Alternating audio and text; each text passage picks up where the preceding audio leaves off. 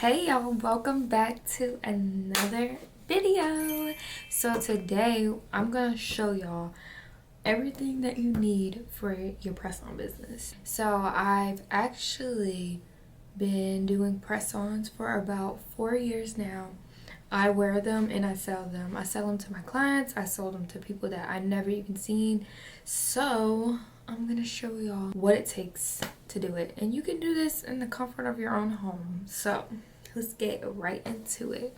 Let me see your hands. Wave them at them bitches hating on you with their friends. Girl, you got it. Let's get into all the products that you need. Obviously, we're going to need the tips. I would just play with any tips brands and see which ones that you like the most. A lot of these I've got from the nail supply and Amazon. What I look for in a tip is nice and thin, like especially this part.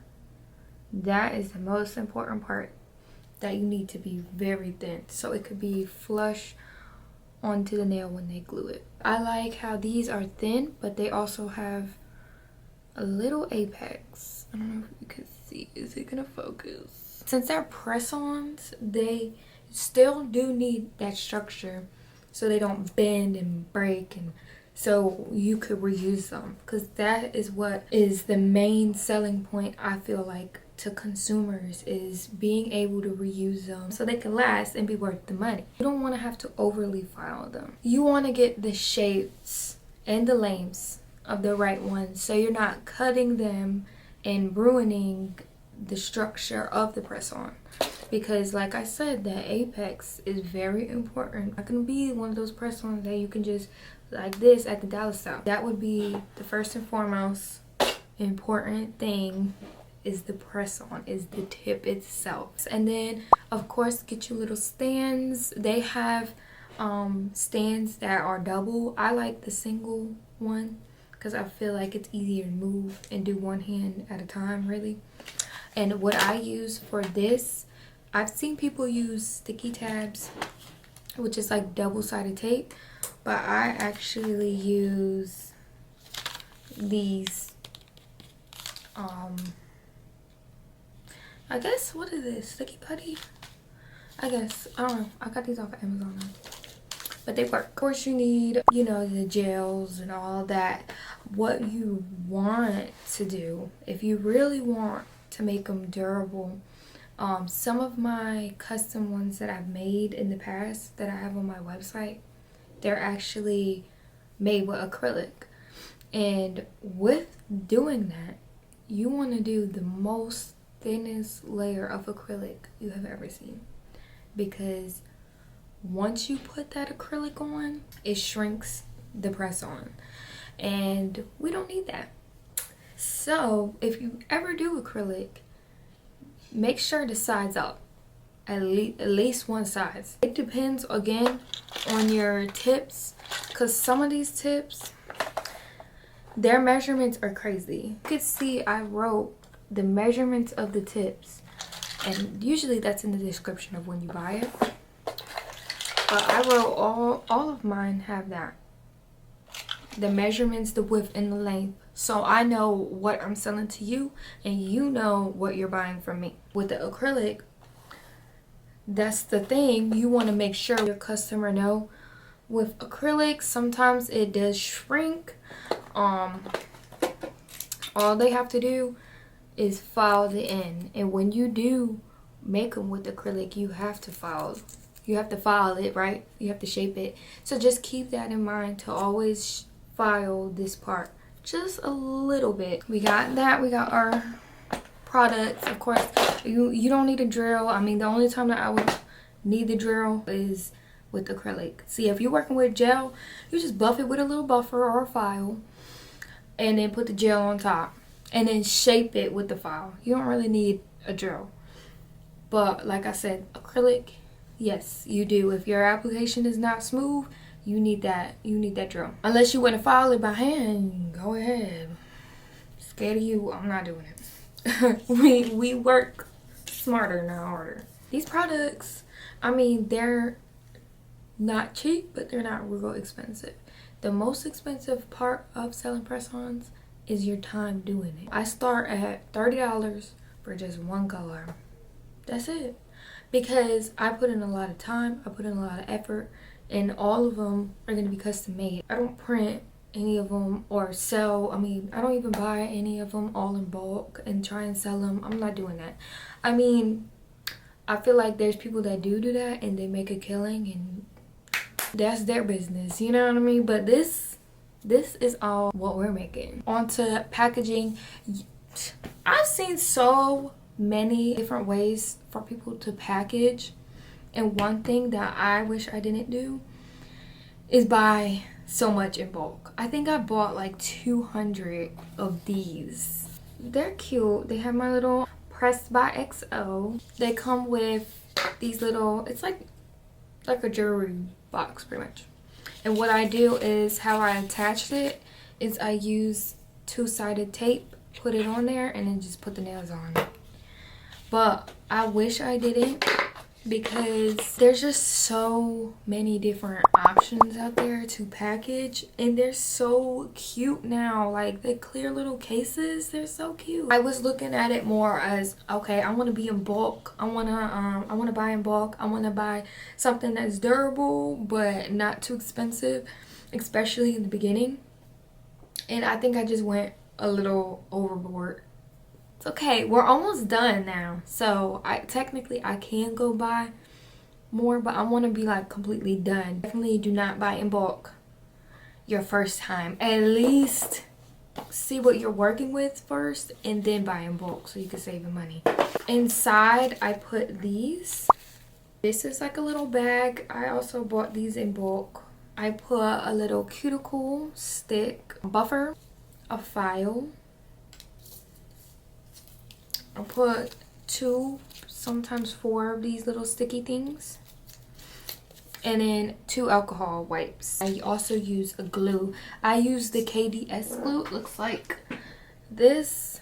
I use these for my tips too when I apply tips for the acrylic, but I keep them in my fridge, and that's because it doesn't dry, the glue. If you ever bought in bulk and you just leave them all around, they're gonna dry up like quick. So there's a little hint, and I do that with every glue. I do that with rhinestone glue, like real glue, not the gel. Don't do gel glue in there. No, don't put gel glue in there. Glue. I haven't bought glue in maybe 2 years, because I buy everything in bulk. I try, if it's available, I'm gonna buy it. Especially, well, now I know if I'm gonna use it I'm gonna buy it. I put this with every order, and then I also put this. Basically, it's how to apply the press on, just to say that I told them how to apply it. And then I have like a little coupon code that I use in the back. I have like my Instagram and stuff on here, and then I also put in like a little thank you card. That's about all I put in for the package. Now, when you're shipping them out, I like to use these because they're small and they're cute. I don't want to put no ugly package. I seen people buy the little boxes and stuff, so that's cute too, but I like these poly mailers. Especially if they're only buying one, like, just throw that baby right in there, boom.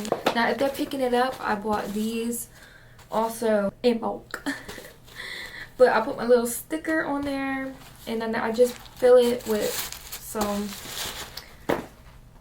what is it? Stuffing? I don't know. Whatever this is. I fill it with that and then put the stuff in there. In order to sell on the websites, you need to know the weight of the product. So I bought a very cheap scale. I think it was off of Amazon. I don't know. But it works. So you get your poly, put all your stuff inside of it. When it's done, sealed up, put it on that scale and see how much it weighs. Where to buy bulk, like I said, a lot of these like items like this, and even the poly mailers, I bought those off of AliExpress. I've seen people, actually a lot of the stuff that people is buying on bulk, they're on Shein, and Shein is probably way cheaper too than AliExpress, to be honest. So I would look on there. I bought these boxes off of Amazon. They have a few different vendors that are on there that sell in bulk. So I would look at all your options. Amazon, Shein, AliExpress. I never ordered off of Alibaba or Temu, so I don't know about all that. And you don't want to go too cheap, because sometimes cheap isn't too good. It's not always the best option. In order to ship them out, you want to get a website. Me personally, I'm not buying anything off of anybody who doesn't have a website, and a lot of people are like that. I like the professionalism. I like to have that backup of a website, and they do the shipping label and stuff for you, so why not? With the website, I use Shopify, and I'm actually transitioning to Square. They also have a free program that you could sell your items for free. Of course, they take a little cut just like any other website off of the purchase. But Etsy is a very good one too, especially if you don't have customers or a platform to sell to. Etsy is very good. Anybody can find you on Etsy. They also take a cut. But, I mean, we gotta do what we gotta do. You just wanna have a little research going on for what you want to sell and how you want to sell it. Selling it without a website is perfectly fine. Personally, I never looked into it. I was never interested. I always want to keep it to where I have minimal contact with the person. I don't want to have to go back and forth with my customer. The best advice that I could give you is do not copy and paste off of someone's website. Just look and get some inspiration and summarize and do it your own way. It is important for you to look away for your customer to want to buy from you. You're not going to want to buy something that looks sketchy, that doesn't have no description, that doesn't look appealing. You're not going to want to buy that. So we're going to have to need to upgrade it and make it look cute and have a little information down, right? Yes. If you want to be serious and take this as another way to make money, then we need promotion. Etsy is another good starter, beginner. You don't have to sit there and make the website like how I'm showing you. You could just literally just make your descriptions on the Etsy, put a little description in your shop because they have like a little bio you put, and that's it. I'm not gonna go too far in depth into the website. I just wanted to explain what should be included, which is your descriptions and your visual representation of the products that you were selling. Making a website, that's completely different. It took me weeks to make my website. This is actually Square.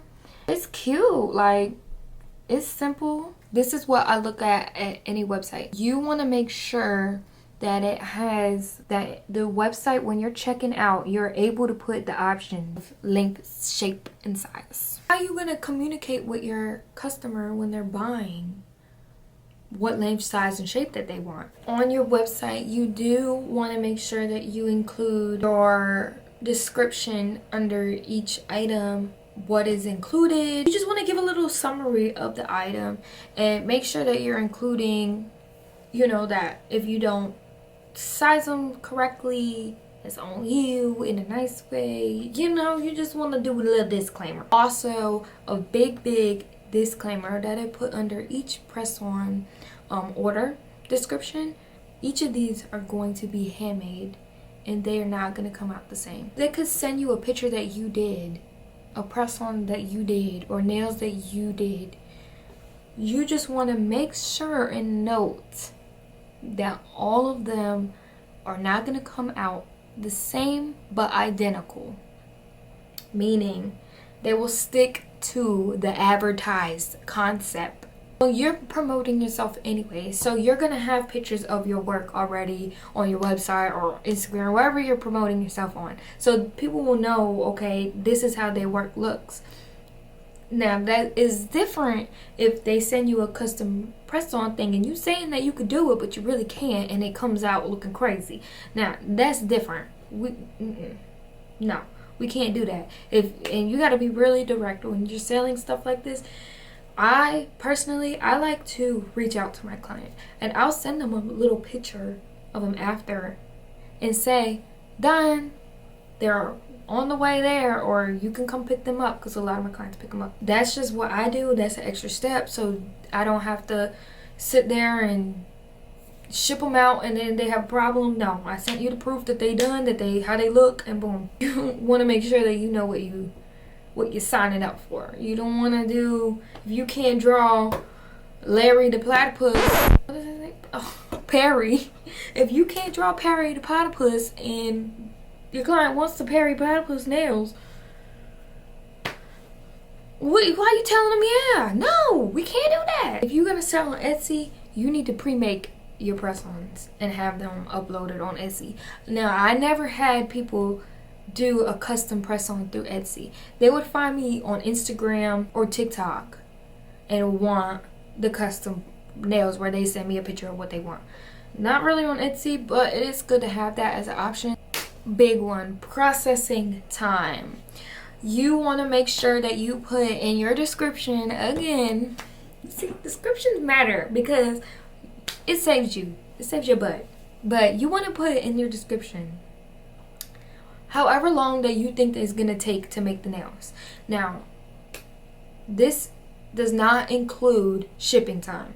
And make sure to put that. This does not include shipping time. This is only a processing time of making the press-ons. Typically, I put 2 to 3 weeks on my website. You want to make sure that you put that, because if TT and I want them this week, this Friday, and this Monday, thinking you're gonna send them right then and there, no, we need some time.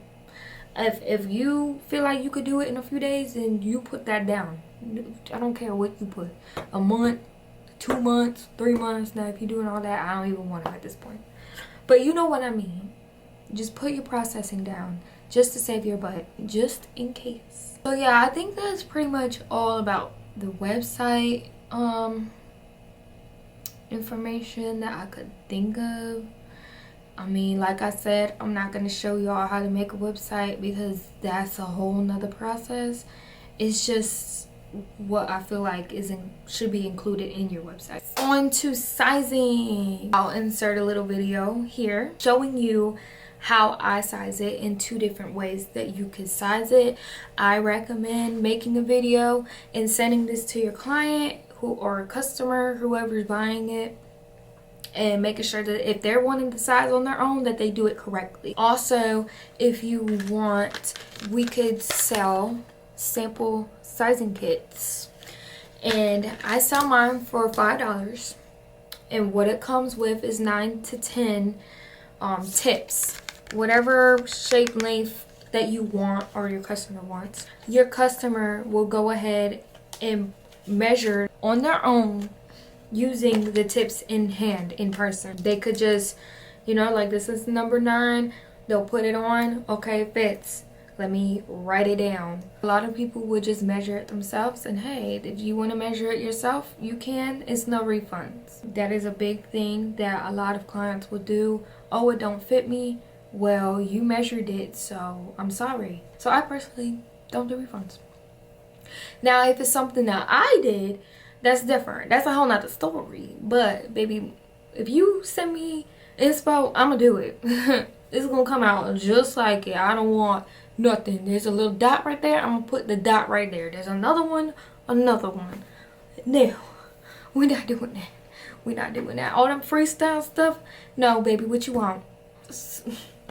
Send me what you want, because I'm not even going to be playing with these people. No, I'm not freestyling on nothing either. Back to the sizing. The easiest way to be organized in the sizing, there's 4 groups of preset sizing. If you've seen anyone who has sold press-ons, or even if you go on Etsy, they will have preset sizing. So that's extra small, small, medium, large, and sometimes extra large, but I just do large. So that's 4. That, it kind of varies on what you think is extra small, small, whatever. I've kind of just looked at people's preset sizing. I just pretty much put what I thought was accurate. It's just an easier way for your customers to check out. That's all. It's an easier way for them to measure. If they don't want to measure, sit there and measure every nail, they probably look and say, okay, I'm by the medium, let me go buy the medium. Then if it don't fit, okay, then I'm really a large. You know what I mean? So it's just an easier way so they don't have to custom write, okay, my pinky is this, my ring finger is this, my middle. I like the custom way. I think everyone should do the custom way, because if you're buying custom press-ons, you want it to fit your nails correctly. But to each his own. I also give that option. Some people know what their sizing is already and they'll order that medium every single time. I have this sizing guide and it shows you medium, long, and extra long. I really don't sell short nails. They're all start at medium. The shorter ones just take more time, take more detail. It's just a headache and I don't want to deal with it. So I keep my medium, long, and extra long. You want to show and have a visual representation of the length and the shapes that you're providing. Just to back you up, just to have in case someone ever was to try it. And this is why I do sell the sample sizing kits, because if you want extra long coffin and you order the sample sizing kit to see, okay, which size fits my nail, oh, these are actually pretty long. I don't think I want extra long. I think I want long.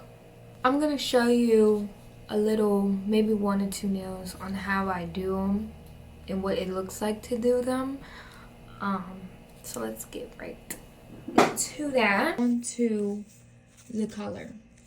One tip that you need to do before polishing is getting some alcohol, spraying it on a little cotton pad, and wiping down your tips. I've been on the fence about buffing before applying polish. I feel like buffing before applying like black or a dark red or a dark blue, anything dark, that's the only time that I really buff them before putting the polish on. But I really don't. I don't have any problems with that at all. I've never had any problems with it, and I never really buffed it besides, again, like the blacks and the reds, deep reds, and the blues and all that. Always, always, always go with a sheer gel. This gives natural. This gives acrylic. If you do like a pigmented base, it just doesn't look right, in my opinion. I mean, like, color is different, but the beige nudes and all that, no. With a sheer color, you could build and build and build the color up. See, like, this is one coat. You see that, right? But if you do layers, it's gonna look like this. To me, this is the most natural look. I do this for also my gel eggs. So go ahead and put them in there. Let them bake for 60 seconds or whatever your polish says. So I'm gonna start with just this one. I'm gonna do another little coat real quick. But I'm not worrying about the shape. I like a crisp shape at the tip. I like them to be sharp. Not worry about that right now. Make sure that you're wiping the sidewalls. So that is layer 3. As you can see, it is sheer, but not too sheer. Let's go ahead and put that in. We got our polished press-on. So you just do what you gotta do. Whatever designer you wanna do, you do it. Treat it as a real nail. When you get to this part, after you put your base, there's nothing really different that you gotta do between doing a real nail set and doing press-ons. So let's just say we're gonna do a little chrome, okay? What I like to do when applying chrome is I get a little pad, put some acetone on that pad, take your alcohol, spray, wipe your base, wipe it, keep wiping. You hear that? But that's what we need to hear. I use the Young Nails because I don't know what's in this black, but this black is the key to your crown. We're gonna do French, because why not? You wanna make sure when you're doing black, anything with black, do not make it thick. Especially with the press-ons, you don't wanna keep wiping the sides hard, because, oh no, I hate when that happens. But you don't wanna keep wiping the sides because you're gonna see every single thing. You can take your press on and look. Boom, boom, boom, boom, boom. See, this is how I wipe the side. I take it at an angle and go underneath and have a little bit of my finger on it. And it just gets that extra bulkiness right off without making it look crazy. So we're gonna put this in for 60 seconds. And just apply that baby right on. But I want y'all to see where I'm putting this applicator. Now, I could be extra careful and just put it on the black. But you see all that? How I'm putting it on the nude part too. And it's not sticking. That's when you know you did it correct. So let's get you a top coat. I use this Koopa top coat. I feel like it is very thick and it is very shiny and it will get the job done. I don't mind the layers, especially when it comes to press-ons, because that means it's harder to break or bend or any of that. So let's go ahead and put this in for 60 seconds. She is dry. So now to file. So what I like to do, sometimes I leave it on. When it gets like to this medium length, I like to take it off and start filing. I like to hold it upright like this and slightly file. I'm only going in one direction, literally. Just like that. I flip it over and do the same thing. And you want to make sure when you're filing, just like you're filing a nail, take a break and check. File, take a break. File, take a break. And look. Play with it. Make sure, you know, it looks good all the way around. Make sure nothing looks out of place. Make sure this underneath is clean. Now, some people like this underneath to be thick like this. I don't. I take my sanding band and I go ahead very lightly tapping until I get the desired thickness that I like. And this also makes it sharper. There you go. You got you a little puesto. So what we're doing is putting it in our little box or whatever container that you want to put it in. Like I showed y'all earlier, I have double-sided tape. And what you want to do is put that down and put your nail on. Or I'm going to show y'all something else that I've been doing that's a little bit more extra, but I feel like it comes out looking way better. It is this little plastic part on the back. It just looks cleaner, and I leave a little space and put another set. I bought these, I think off of Amazon. It was like a huge pack. That is good to me. Press down, press down. Now, on this part, I don't like using this because I feel like it's too thick. So these are for the press-on. So let's just do it on one so I can show y'all. Okay, let's do it straight. So you know that tape is good, honey. So before putting your nail on, we're gonna take this alcohol wipe. And I like using these for this part so they don't leave as much lint. And you're gonna wanna wipe it down. Wipe the back, put it on there, wipe the front.